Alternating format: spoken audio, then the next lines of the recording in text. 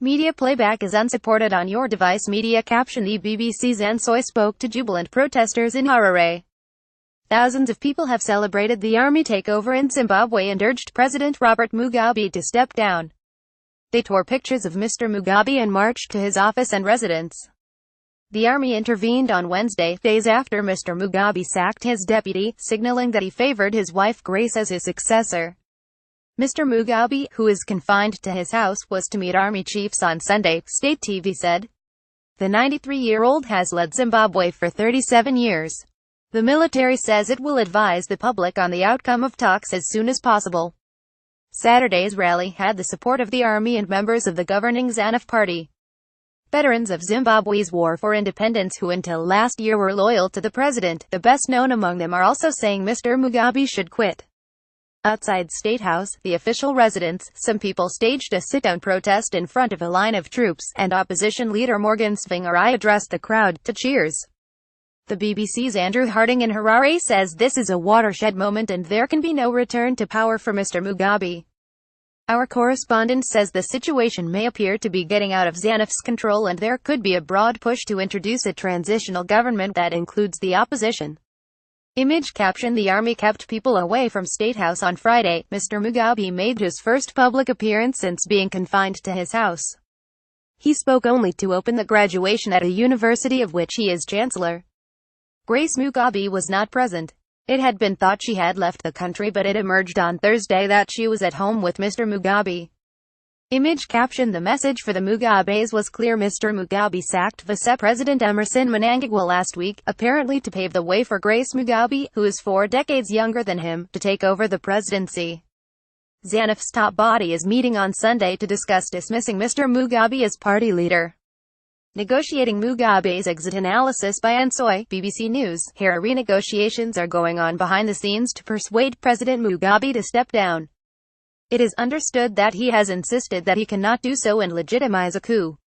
The military maintains this is not a coup and there is international pressure to use constitutional means to resolve the political crisis. Negotiators are pouring through Zimbabwe's laws to find a legal way out. Saturday's call for civilians to take to the streets looks choreographed to lend some legitimacy to the transition process being discussed. President Mugabe's support base has continued to crumble. Independence war veterans, who fought alongside him against colonial rule, have also called on their former leader to leave. But the biggest blow yet to Mr Mugabe could be delivered by the Central Committee of his ruling ZANU on Sunday. Their meeting could see Robert Mugabe dismissed as party leader. Read more from An Image. Copyright Getty Images. Image caption: The protest had the blessing of the military and the ruling party, who is backing the protest in Harare.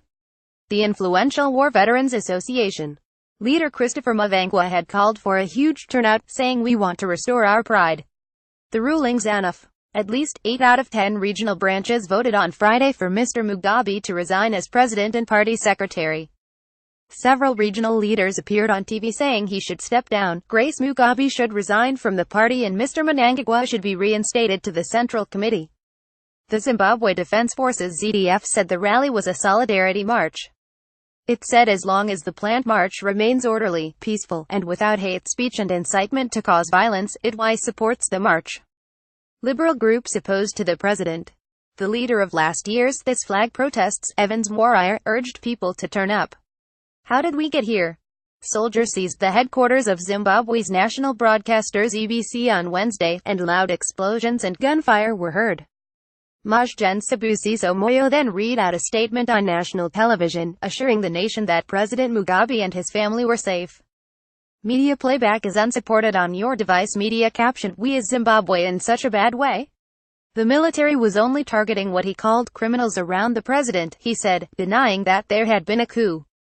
On Thursday, Mr Mugabe was pictured smiling as he took part in talks with an army general and South African government ministers at State House, but sources suggested he might be resisting pressure to resign.